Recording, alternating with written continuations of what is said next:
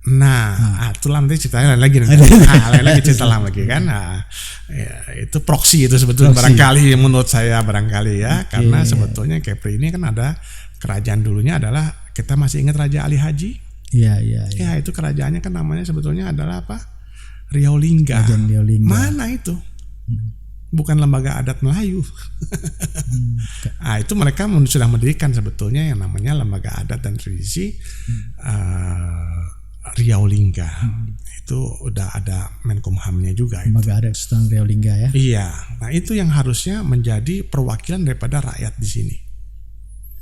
Ya kan? Kalau LAM itu ada karena dulu kan Riau dan Riau Daratan dengan Riau Kepulauan kan masih dalam satu provinsi. Jadi nggak salah juga LAM itu ada, tapi LAM itu isinya kebanyakan dari Riau Daratan kemungkinan. Kalau saya pun melihat itu, ini mohon maaf ya, dari LAM itu pun kalau saya lihat pada kondisi sekarang itu ternyata bukan saudara-saudara kita dari leluhur-leluhur yang orang Melayunya secara murni, bahkan orang-orang dari perantau dari Jawa pun bergabung di situ. Itu makanya saya bilang proksi, jadi proksi dari pemerintah daerah gitu kan. Jadi ini yang kita harus kembali kepada asal muasal sejarah kita harus pahami, gitu kan. Kalau di sini adalah kerajaannya Riau Lingga, ya orang-orang dari wilayah sini lah yang harusnya menjadi perwakilan yang ditunjuk oleh kerajaan. Justin Diamond, Alvin, let's go.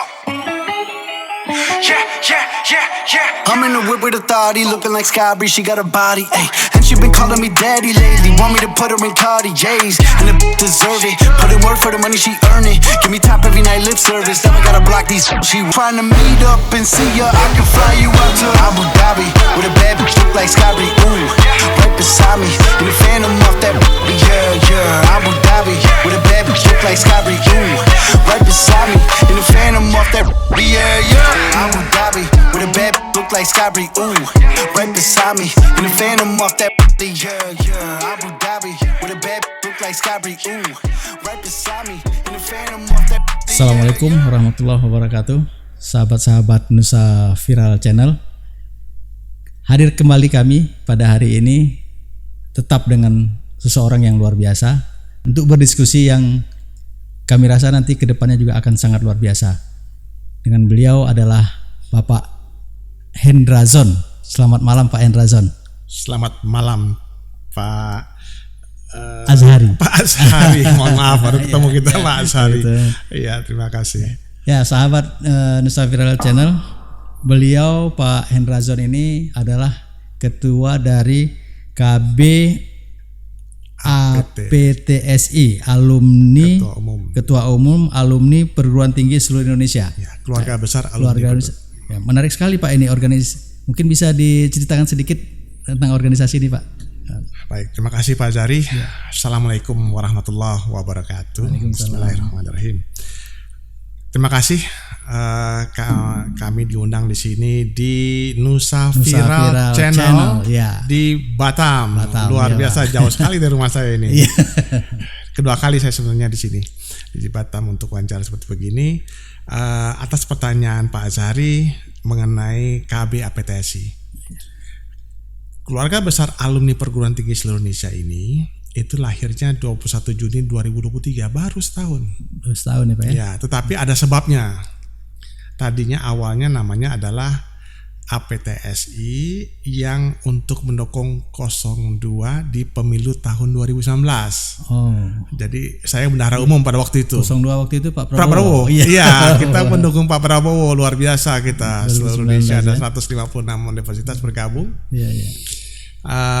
Tapi yang kemudian urusan pemilu 2019 sudah selesai, ya kan? Jadi kemudian berjalan masing-masing, masuklah kita ke pemilu yang sekarang. Sebenarnya yang APTSI itu sudah selesai programnya. Nah, kita sekarang ada 3 calon presiden waktu kemarin itu. Nah, udah pecah-pecah masing-masing. Sementara tanggal 21 Juni kemarin ini yang lahir KB APTSI adalah bukan bicara capres. Oh, tidak lagi masuk ke wilayah politik Pak ya? Bukan wilayah politik, tetapi bukan pencapresan. Oke. Jadi boleh mau ke Anies, mau Prabowo atau pada Pak Ganjar. Tapi tujuan kita adalah menjadi mata dan telinga masyarakat atas kinerja penyelenggara negara terhadap ketaatannya pada konstitusi. Jadi itu bukan kepada siapa yang capres yang didukung gitu kan. Itu adalah kelompok-kelompok yang relawan gitu kan. Ya kalau dulu mungkin lebih subjektif, sekarang sudah mulai objektif gitu ya. Udah lebih ke artinya udah lebih kalau ini sekarang jangka panjang. Karena KBAPTS ini udah punya AHU terdaftar di Kementerian Hukum dan HAM. Jadi ini berjangka panjang. Kalau relawan itu kan selesai pemilu selesai habis. Nah, begitu juga simpul-simpul relawan yang ada atau yang lain-lain sekarang ini, ya selesai pemilu harusnya sudah selesai.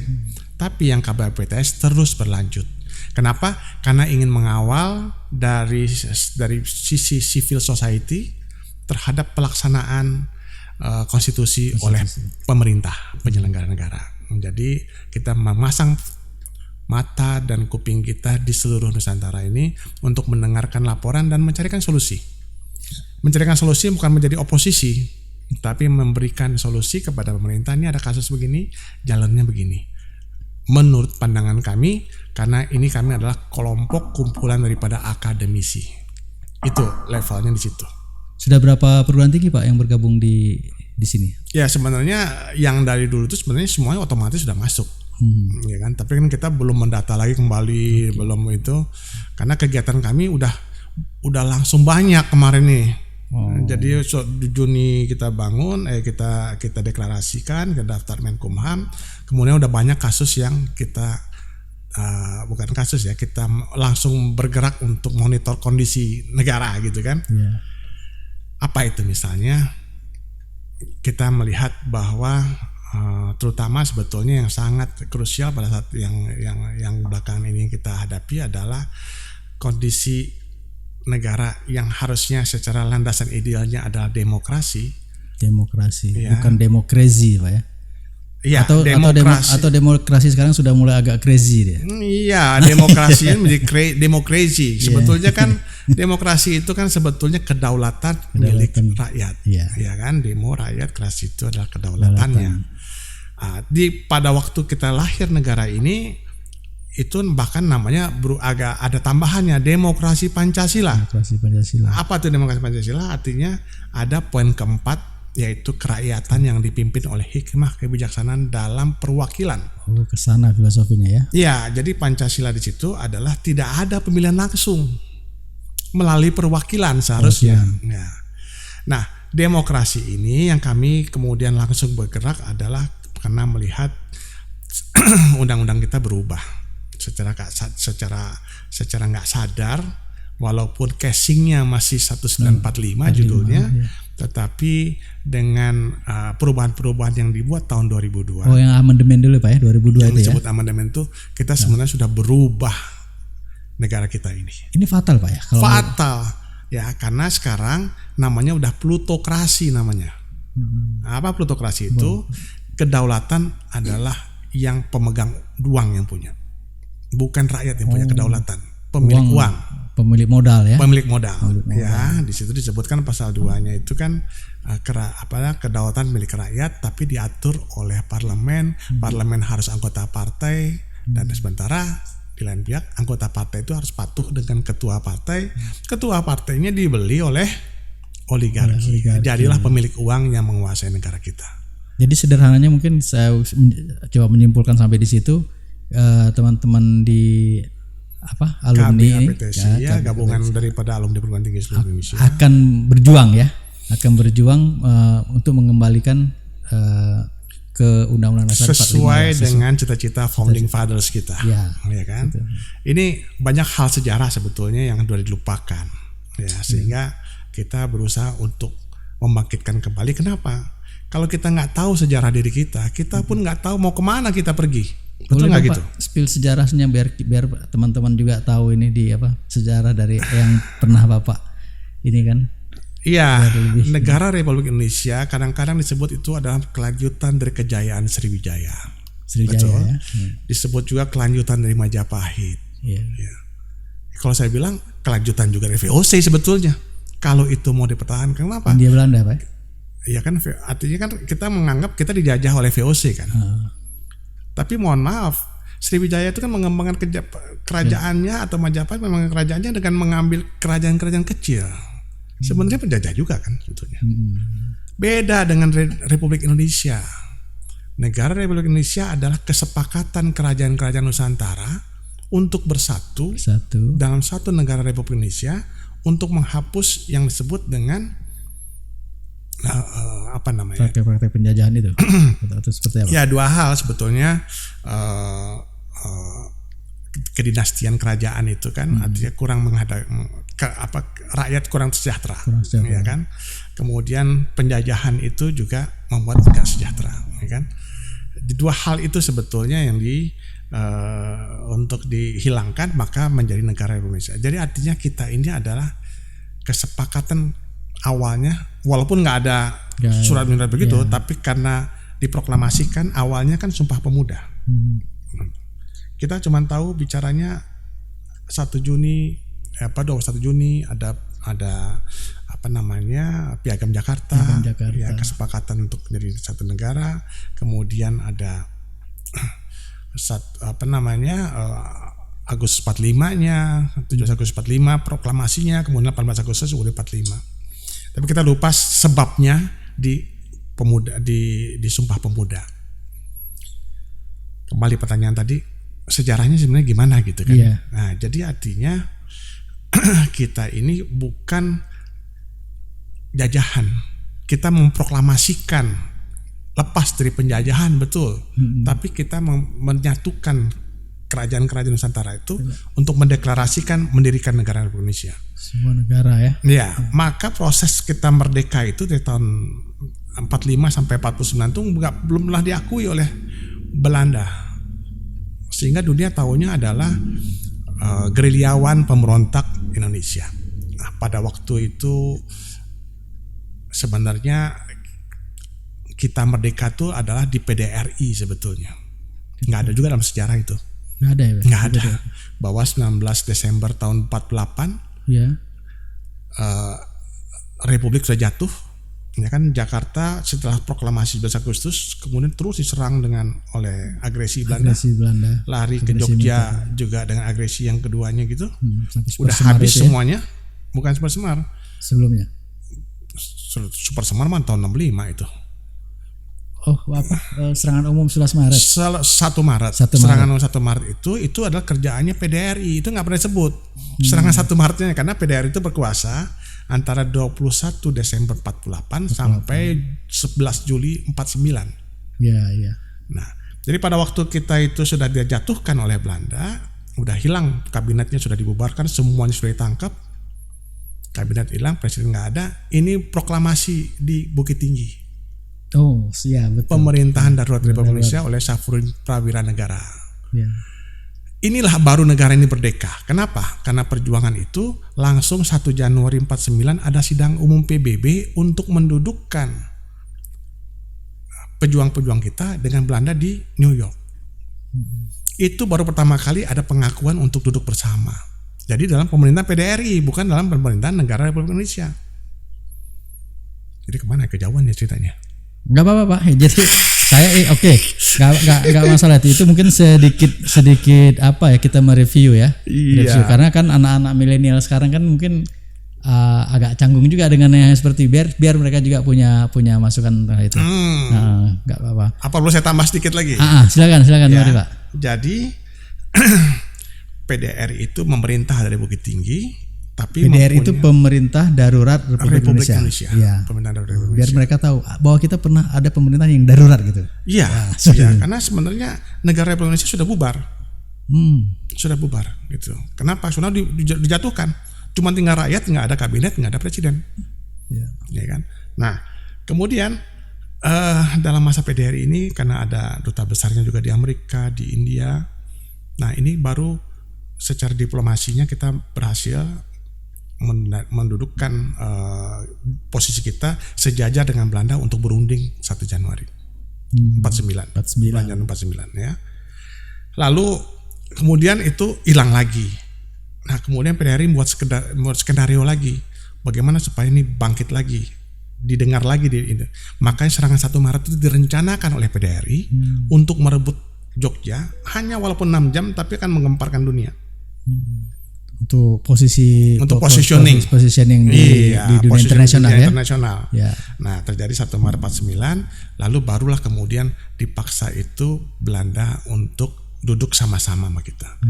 Nah, terjadilah perjanjian perundingan yang akhirnya kita kalah lagi. Diakui kemerdekaannya tapi namanya Republik Indonesia Serikat. Iya. Ya. Walaupun pada waktu itu tetap ada yang namanya Presiden Negara Republik Indonesia, yaitu siapa? Mr. Asad. Ya. Nah, 2 presiden kita nggak ada dalam sejarah. Mr. Safruddin Prawira Negara dan Mr. Asad. Mr. Safruddin Prawira Negara yang di Bukit Tinggi. Ya, pada waktu itu kemudian dia menyerahkan. Tapi kan gini, Belanda mau berunding kembali dengan Indonesia kalau bukan dengan PDRI, tapi maunya dengan kabinet Hatta yang dipenjara sama mereka. Oke. Di penjara, tapi mereka mau berundingnya sama yang di penjara ini, nggak mau berunding dengan mereka yang memenangkan pertempuran. Ada Jenderal Sudirman di situ, ada segala macam di situ, Syahrir di situ, tapi nggak mau dia sama itu. Nah, PDRI dengan besar hati menyerahkan itu kembali kepada Bung Hatta untuk kemudian berunding. Jadilah itu kemudian jadinya jadi Republik Indonesia Serikat.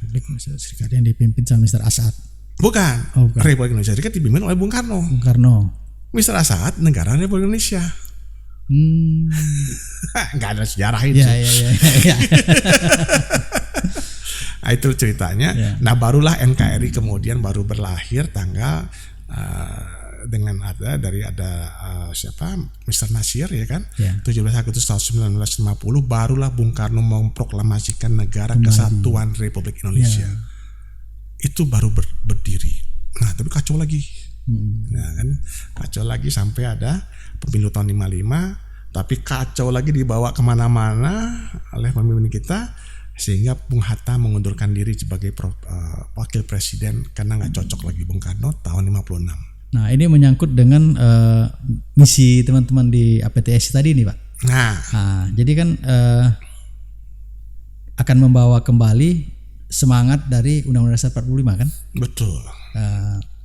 Sebenarnya problemnya di mana sih Pak antara Undang-Undang Dasar 1945 dengan Undang-Undang hasil amandemen tahun 2000? Mungkin udah 4 kali amandemen ya? 4 kali apa 2 kali? Iya, antara 99 sampai 2002 itu 4 kali amandemen yang akhirnya merubah semua. Di mana ini pemikiran teman-teman di APTSI ini yang membuat ini kayaknya enggak Saya bertempur juga dengan tokoh-tokoh nasional yang semua mengatakan tahun 2002 itu udah sangat sempurna katanya, berdarah-darah kami melahirkan undang 2002 ini. Kan ada kamu nggak ngerti apa-apa katanya begitu kan? Ada yang ngomong gitu kan? Nah, sebenarnya perjuangan kembali pada UUD 45 ini sudah digaungkan oleh DPD RI. Sejak 2019 Dewan Perwakilan Daerah yang dipimpin oleh Pak Lanyala. Tapi beliau itu menggalinya kembali kepada naskah asli Undang-Undang Dasar 1945. Ini nggak diterima masyarakat, makanya pernyataan sudah berjuang mati-matian berdarah-darah dengan Undang-Undang 2002 ini dianggap masih menang di atas angin, karena yang 45 ini dianggap gagal di zamannya Orde Lama, Orde Baru. Ya kan? Nah, nanti kami membawa ruh baru. Ada yang lupa nih, gitu kan? Apa yang lupa itu? MPR. Di 2002 ini nggak ada MPR. MPR disebutnya hanya lembaga tinggi negara yang isinya cuma 2, anggota DPR sama anggota DPD. Anggota DPD itu juga bikin-bikinan baru aja supaya beda dengan DPR, kan kira-kira begitu. Yang sekarang ini ya? Iya, sekarang berlaku. Nah, padahal Undang-Undang Dasar 45 itu mengatakan lembaga tertinggi negara itu adalah Majelis Permusyawaratan Rakyat yang merupakan pengejawantahan daripada Pancasila ayat keempat, kerakyatan yang dipimpin oleh hikmat kebijaksanaan dalam perwakilan. Jadi dalam MPR itu harusnya adalah perwakilan rakyat dalam 3 bentuk elemen. Ini yang nggak dibuka selama ini atau nggak dipahami, bahkan dari Bung Karno sendiri barangkali. Apa itu? Di situ disebut secara tertulisnya hanya mengatakan ada utusan daerah, ada utusan golongan, dan anggota DPR partai dari partai. Jadi MPR seharusnya itu ada utusan daerah, utusan golongan, dan anggota DPR partai dari partai. Nah, kalau utusan daerah ini, ini yang belum dielaborasi. Sama utusan golongan ini itu yang tidak dielaborasi. Ya, kalau kita mengenal kembali kepada sejarah, sebenarnya yang utusan daerah ini harusnya adalah yang disebut dengan perwakilan daripada negara-negara kerajaan-kerajaan ataupun kesultanan yang bersatu. Mereka inilah sebenarnya yang mendirikan negara Republik Indonesia. Ini utusan daerah. Itulah utusan daerah. Ya kan tidak disebut dengan kerajaan lagi karena udah melebur kan. Iya. Tapi udah nggak ada lagi kerajaan. Tapi substansinya itu mereka gitu ya. Substansinya mereka. Nah sekarang ini mereka ini disebutlah dengan lembaga adat dan tradisi. Ada ini Pak? Ada. Cuman undang-undang untuk mereka ini nggak dijadikan prioritas proyek legislatif oleh DPR. Jadi lembaga ini ada. Baru disarankan masuk di setiap provinsi, prolegnas ya. Di setiap provinsi ada itu lembaga-lembaga adat, tapi belum diberikan. Kayak di kita LAM itu ya Pak? Itu LAM itu ceritanya lain lagi cerita LAM lagi kan. Itu proksi itu sebetulnya barangkali menurut saya karena sebetulnya Kepri ini kan ada kerajaan dulunya adalah kita masih ingat Raja Ali Haji. Iya. Ya itu kerajaannya kan namanya sebetulnya adalah apa? Riau Lingga. Mana itu? Bukan lembaga adat Melayu. Itu mereka sudah mendirikan sebetulnya yang namanya lembaga adat dan tradisi Riau Lingga. Itu udah ada Menkumhamnya juga. Lembaga adat Sultan Riau Lingga ya. Iya. Nah itu yang harusnya menjadi perwakilan daripada rakyat di sini. Ya kan? Kalau LAM itu ada karena dulu kan Riau dan Riau Daratan dengan Riau Kepulauan kan masih dalam satu provinsi. Jadi nggak salah juga LAM itu ada, tapi LAM itu isinya kebanyakan dari Riau Daratan kemungkinan. Kalau saya pun melihat itu, ini mohon maaf ya, dari LAM itu pun kalau saya lihat pada kondisi sekarang itu ternyata bukan saudara-saudara kita dari leluhur-leluhur yang orang Melayunya secara murni, bahkan orang-orang dari perantau dari Jawa pun bergabung di situ. Itu makanya saya bilang proksi, jadi proksi dari pemerintah daerah gitu kan. Jadi ini yang kita harus kembali kepada asal muasal sejarah kita harus pahami, gitu kan. Kalau di sini adalah kerajaannya Riau Lingga, ya orang-orang dari wilayah sinilah yang harusnya menjadi perwakilan yang ditunjuk oleh kerajaan mungkin gitu ya. Iya, atau bukan harus kerajaan tapi orang-orang yang bertanggung jawab terhadap rakyat setempat lah gitu kan ya. Tapi harus berafiliasi ke kerajaan. Kerajaan, ya kan kita harus hargai. Mereka punya museum, mereka punya kerajaan, mereka punya berbagai punya istana yang jelas. Punya istana. Lalu suruh merawat sendiri dengan biaya sendiri. Padahal itu tempat kunjungan wisata. Sementara duit dari pemerintahnya mungkin larinya ke lembaga yang tidak berhubungan dengan LAM nggak punya istana itu Pak. Nah itu dia, itu kan dapat itu kan, dapat biaya untuk penyelenggaraan sejarah. Nah itu, ini.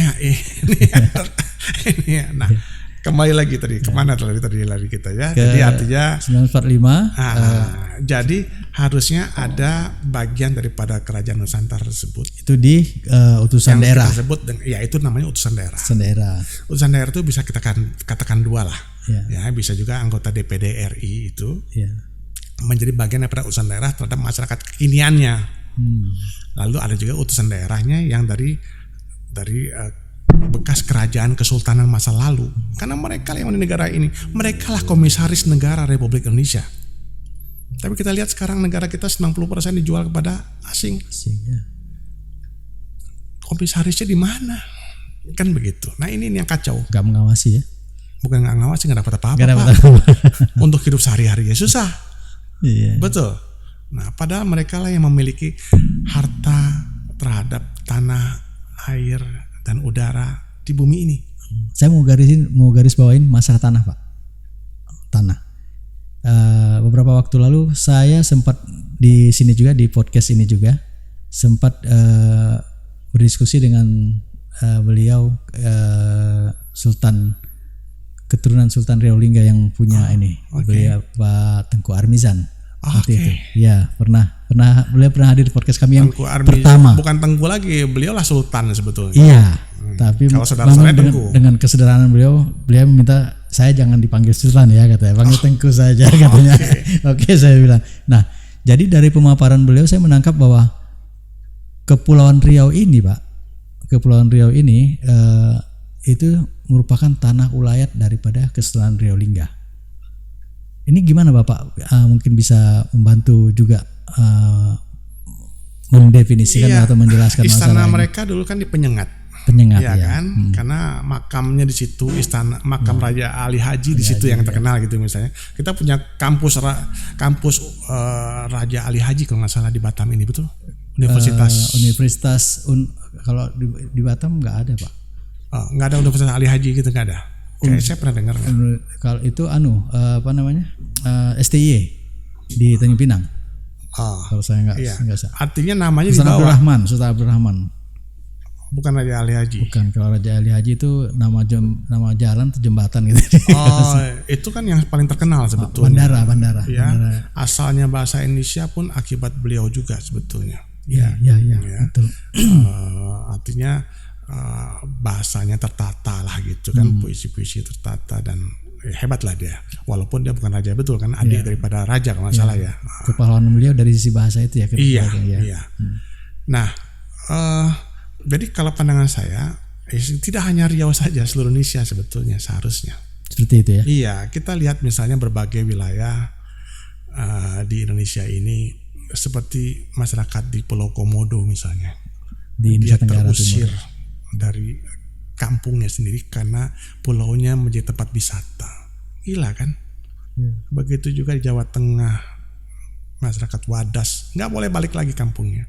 Bagaimana di Sulawesi, bagaimana di Kalimantan, habis karena kita menggunakan Undang-Undang Dasar tahun 2002 ini. Situ. Itu urusannya. Kenapa? Karena dalam MPR-nya tidak ada orang-orang yang berasal dari daerah Tapi itu kalau sendiri. dengan Undang-Undang Dasar 1945 yang asli itu terprotek Pak.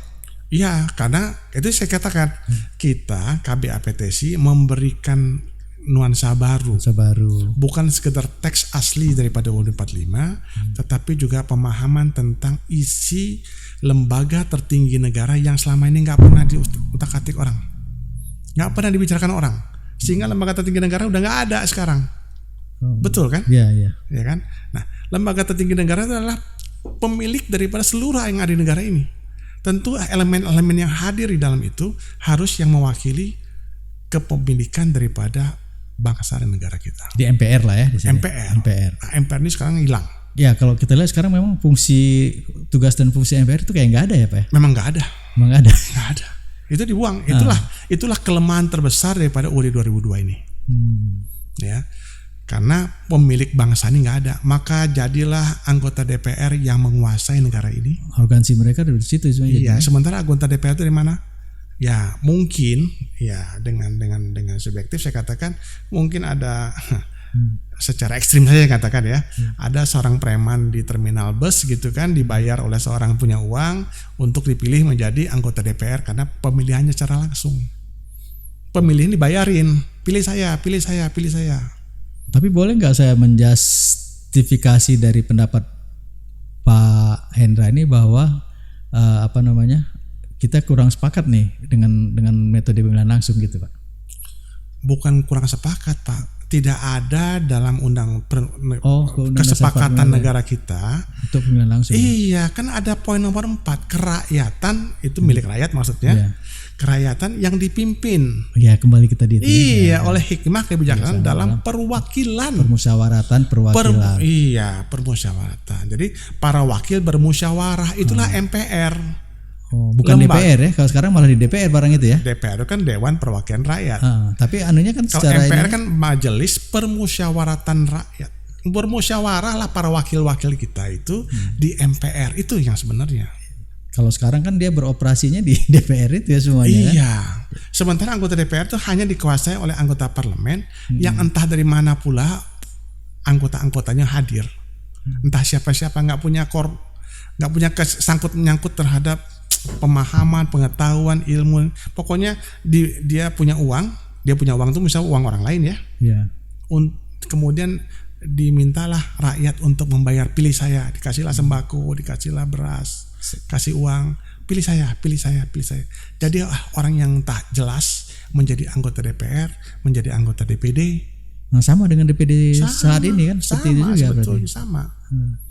Karena mereka yang punya uang, itulah pemilihan langsung yang tidak ada dalam cerita pendirian negara kita. Itu yang salah besar.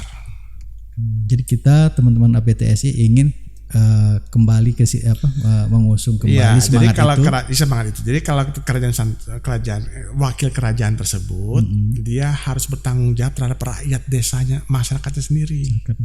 Dia bukan karena dia keturunan darah biru raja, tapi kerajaan atau kesultanan yang memberikan wewenang ke beliau, yang mendapatkan amanah dari rakyatnya.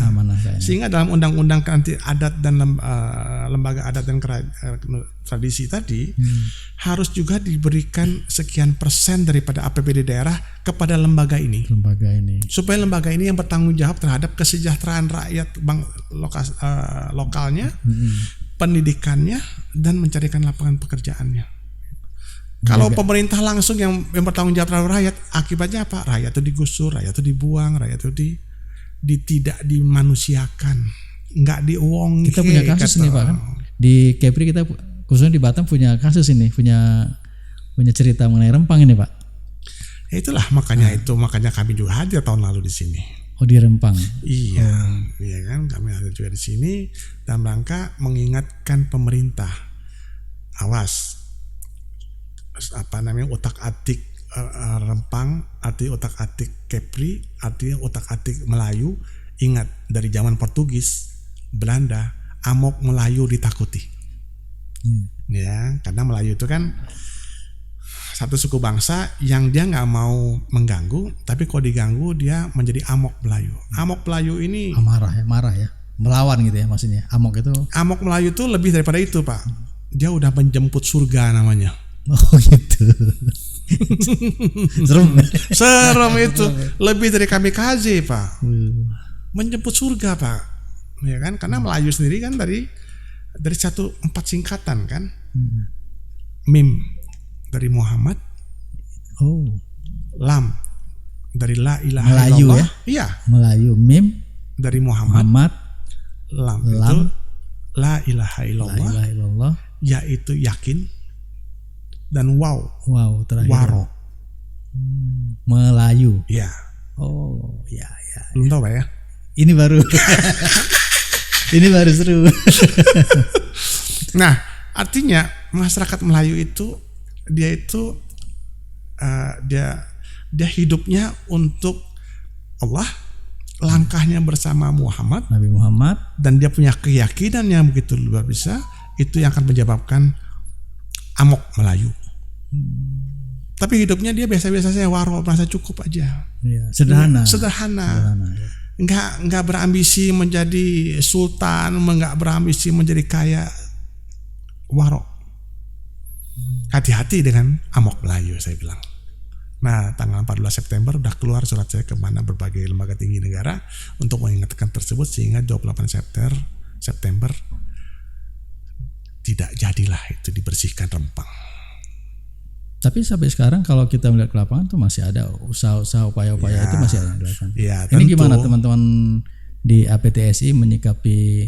Ya kalau saya sih melihatnya nafsu untuk itu dari pemerintah dengan berkolaborasi dengan siapapun, apakah yang namanya investor atau pemilik modal, pemilik kapital segala macam itu kelihatannya masih punya target-target. Itulah sumber masalahnya kan Undang-Undang Dasar tahun 2002, kedaulatan milik pemilik uang, kan itu pangkal masalahnya. Kedaulatan bangsa negara kita ini adalah bagi yang punya uang. Berarti ini kita harus dorong cepat nih Pak amandemen untuk kembali ke sana ini. biar saudara-saudara kita makanya kita nggak bisa salahkan pemerintahan daerah, pemerintahan kota ataupun pemerintah pusat, ataupun provinsi, karena mereka hanya mengikuti undang-undang dasar kita. Sembahlah pemilik modal, itu loh kira-kira bahasa ekstrimnya. Kan di situ pangkal masalahnya. Yeah. Nggak ada tuh rakyat, nggak ada itu sejarah, nggak ada itu. Pokoknya pemodal datang, belalah sehabis-habisnya. Pakai label PSN itu ya? ya apapun labelnya, tapi itulah amanat daripada Undang-Undang Dasar. Jadi artinya kita harus hormat kepada pemerintah karena patuh terhadap Undang-Undang Dasar. Kira-kira begitu. Iya. Paham Pak ya? Iya. Jadi nggak salah. Nah, kemudian kalau kerajaan ini adalah pemilik daripada negara ini, karena dia yang bersepakat mendirikan negara, walaupun kemudian datangnya nggak sekaligus tanggal 45 nih, ada yang 48, 49 berbelakangan, pokoknya itu menjadi simbol pengikatnya itu tentu. Lalu mau kemana negara kita ini kalau hanya ada komisaris pemilik negara? Tentunya harus ada yang mengarahkan, ada yang membawa obor, ada yang bawa suluh. Mau kemana bangsa kita? Ada direksinya. Ada orang-orang pandainya yang menentukan mau kemana negara kita. Maka di dalam UUD 45 yang tertulis adalah ada utusan golongan.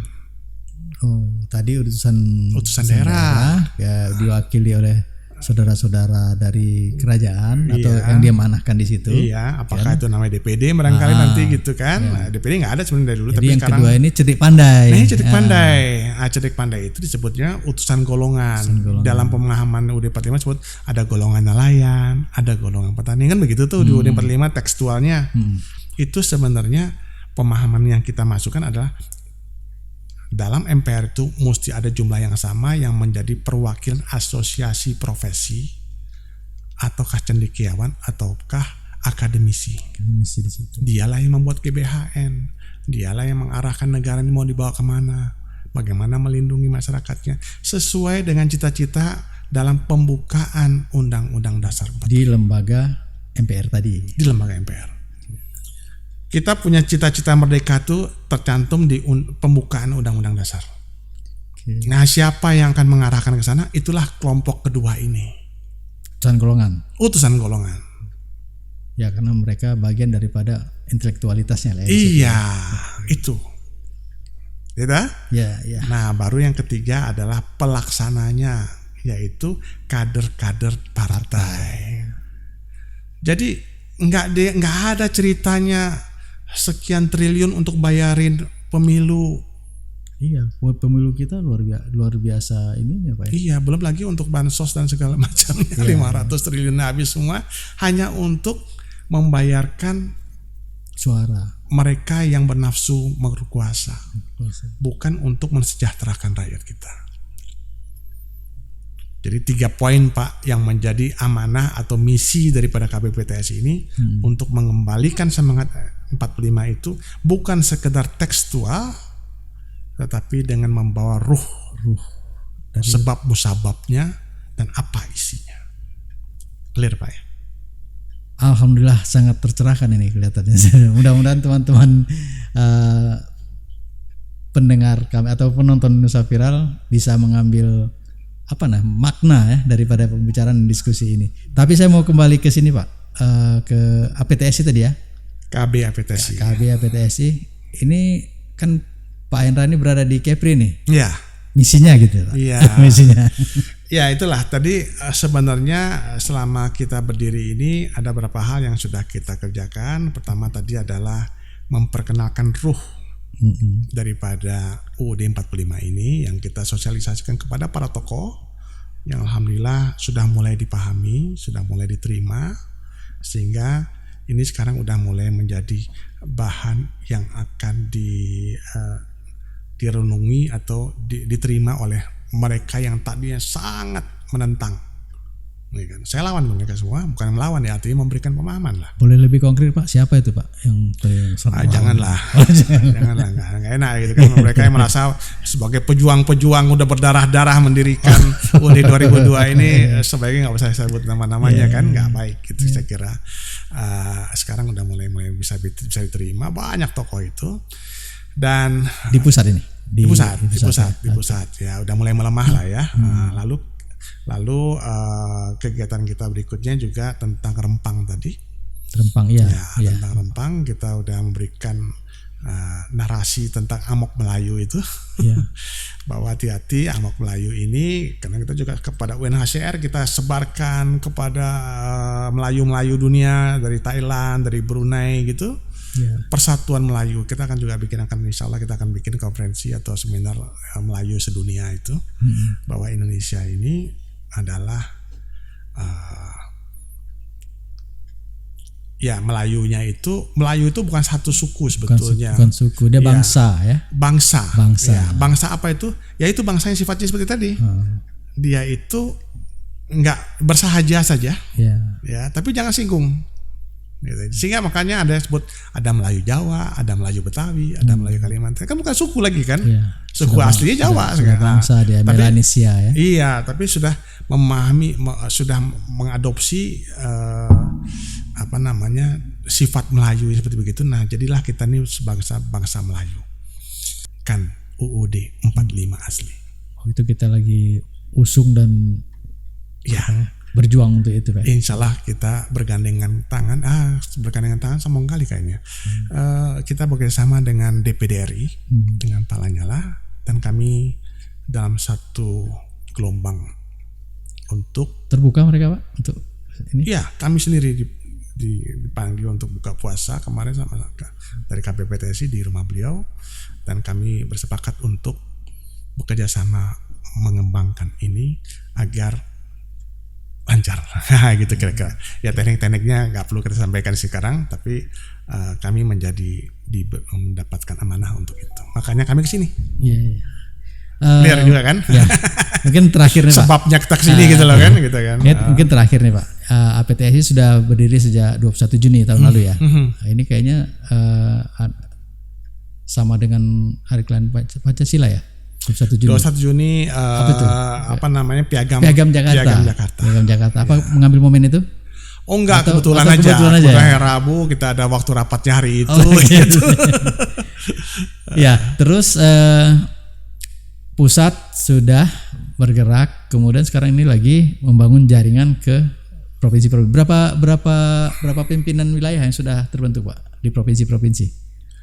Belum, kan saya bilang baru bulan April ini kita mulai memfokuskan diri untuk membantu DPD RI dalam menggolkan konsen sana dulu ya. Agenda itu ya, karena sebenarnya 10 November yang lalu sebenarnya kita udah menjadi puncak. Sebenarnya kemarin kita bertemu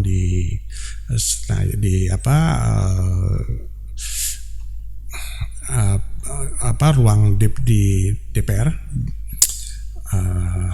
1.600 orang. Kita sudah siap untuk sidang istimewa sebetulnya itu. Tapi belum berhasil dideklarasikan, dan sekarang kami masuk, mudah-mudahan akan lebih TSM lah. Terstruktur, sistematis, dan masif. Iya. Dalam artian positif ya. Iya. Satu ini untuk saya minta satu statement Bapak lagi untuk lebih detail.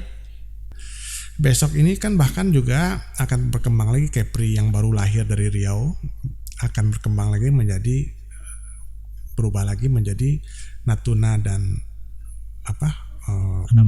Anambas yang akan di provinsi baru lagi. Baik-baik saja, ya kan, baik-baik saja. Tapi tolong masyarakat pahami bahwa masyarakat itu enggak lepas bebas tanpa ada tuannya zaman dahulu. Berkumpullah, menyatulah kepada lembaga adat dan tradisi yang wilayah tersebut. Kesultanan Riau Lingga maksudnya? Iya, kalau di sini Kesultanan Riau Lingga. Karena asalnya dari sana. Ya, kita nggak bisa mengatakan seperti Undang-Undang Dasar pasal 33 mengatakan bahwa laut, udara, air dan bumi ini milik negara. Artinya nggak boleh diekspor harusnya. Untuk kesejahteraan sebesar-besarnya bagi rakyat setempat. Ya, dieksploitasi tapi untuk rakyat setempat. Untuk kesejahteraan rakyat, ya kan? Untuk kesejahteraan bukan rakyat setempat bahasanya ya, untuk kesejahteraan rakyat. Nah, sekarang ini kita dieksplorasi sebesar-besarnya seperti tanpa tuan. Tidak ada pemilik di sini. Dan kita dipecah belah rakyat kita ini. Dan disingkirkanlah itu sultan-sultan. Oh itu. Ya kan? Nah, tugas kita perkuatlah para sultan-sultan tersebut. Bukan kita ingin mengembalikan negara kita dalam kerajaan-kerajaan, tetapi perkuatlah lembaga adat dan tradisi, dan berilah dia kekuatan dengan menyerahkan sekian persen daripada APBD daerah tersebut untuk diselenggarakan oleh lembaga adat tersebut, agar lembaga tersebut memberikan atau menjadi pelindung, menjadi penanggung jawab terhadap kesejahteraan rakyat masyarakatnya. Bukan Pemda secara Pemda atau pemerintah pusat terlalu jauh jaraknya, ya. Tetapi yang punya rasa hubungan langsung adalah para sultan itu sebetulnya. Nah, kalau mereka ini mendapatkan jatah untuk menyelenggarakan pendidikan, kesejahteraan, bukan jatah bagian. Bukan jatah, artinya memang punya haknya tanah-tanah mereka. Tanah ini tanah kerajaan. Atau sekalian hak gitu. Ya memang hak mereka. Ya. Bahkan kalau tanah-tanah ulayat itu di atasnya sekarang sudah berdiri perusahaan-perusahaan, maka 5-20% daripada saham perusahaan tersebut itu harus menjadi haknya si lembaga adat. Kan tanah kerajaan mereka. Kita nggak sebut kerajaan, nanti orang lain mengatakan mobil cabla negara. Tanah ulayat mereka. Tanah ulayat mereka. Ya, tanah ulayat itu mesti diselenggarakan oleh siapa? Bukan oleh BPN. BPN adalah penyetangan daripada oligarki lagi. Gitu ya, Pak? Iyalah. Kan BPN itu kan bagian dari pemerintah. Berarti ini kesultanan masih bisa dong untuk ini mengklaim ke BPN untuk di apa istilah? Jelas bisa. Bisa, Pak? Jelas bisa. Pemerintah harus periksa dulu kapan dia dapat hak daripada kerajaan. Ada nggak surat menyurat bahwa ini diserahkan kepada pemerintah misalnya? Kalau nggak masih punya kerajaan. Tapi gini Pak, ini mohon maaf ya, saya potong sedikit. Ada beberapa diskusi dengan menyangkut tanah ulayat ini dengan beberapa notaris yang punya kualifikasi di pejabat pembuat akta tanah gitulah ya. Mereka katakan bahwa berat ini Pak untuk istilahnya kalau pihak Kesultanan Riau Lingga untuk mengklaim kembali tanah ulayat di Kepri ini, karena apa? Dulu sudah diberikan waktu sampai tahun 80 apa 82 gitu untuk disampaikan ke pemerintah, tapi tidak dilakukan gitu. Maka ini gimana nih pendapatnya ini? Iya, diberikan waktu itu kan katanya pemerintah, iya kan? Yeah. Katakanlah tanah ulayat ini kemudian sudah dirampas oleh Belanda, kemudian Belanda menyerahkan kepada Indonesia misalnya gitu kan, penjajah. Nah kan artinya Indonesia kan meneruskan penjajahan atau rampasan si Belanda dong. Oke. Harusnya malah dikembalikan kepada lembaga adat. Ini nih yang dijajah yang dirampas oleh Belanda kemarin ini, saya kembalikan ya kepada kepada lembaga adat untuk dikelola. Tapi pemerintah bisa menggunakannya ya. Tapi sekian persen nanti akan hasilnya buat itu lembaga. Bukan tanah milik negara artinya ya? Bukan, nggak ada lembaga negara. Negara kapan berdirinya? Kerajaan kapan berdirinya? Kalau negara punya tanah, punya wilayah, itu kan mengambil daripada petanya Belanda barangkali gitu kan. Nah Belanda dapat dari mana? Kan ngerampok kerajaan, menjajah kerajaan dari rakyat ya. Iya. Nah kalau kita merdeka, negara harus kembalikan dong kepada lembaga adat.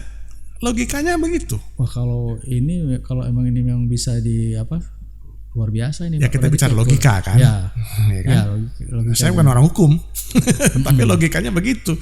Kalau negara mendapatkannya dari penjajah, lah negara itu mengembalikan dong kepada pemiliknya, bukan melanjutkan penjajahan.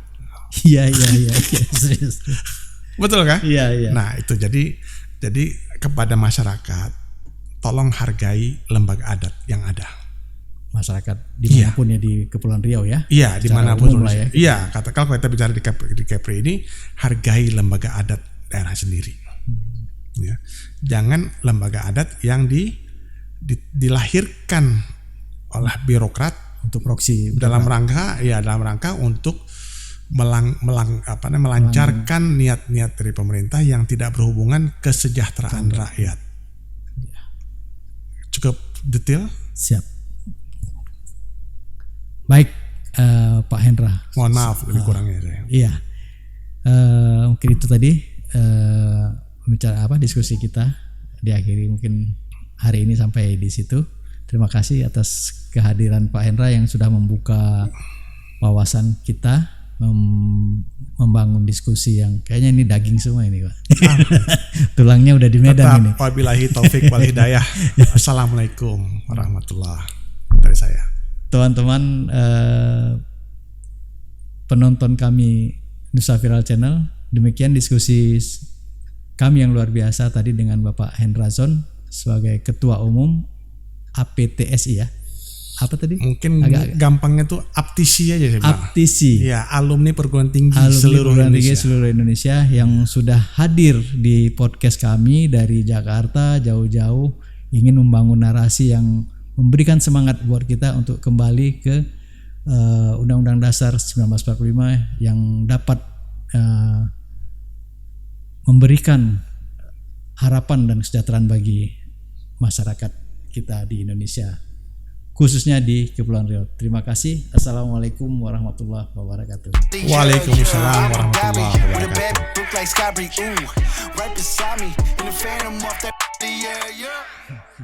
Gimana isinya? Daging nggak tuh?